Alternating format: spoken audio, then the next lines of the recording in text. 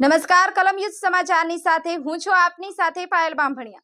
તો જોઈએ આજના મહત્વના સમાચારમાં।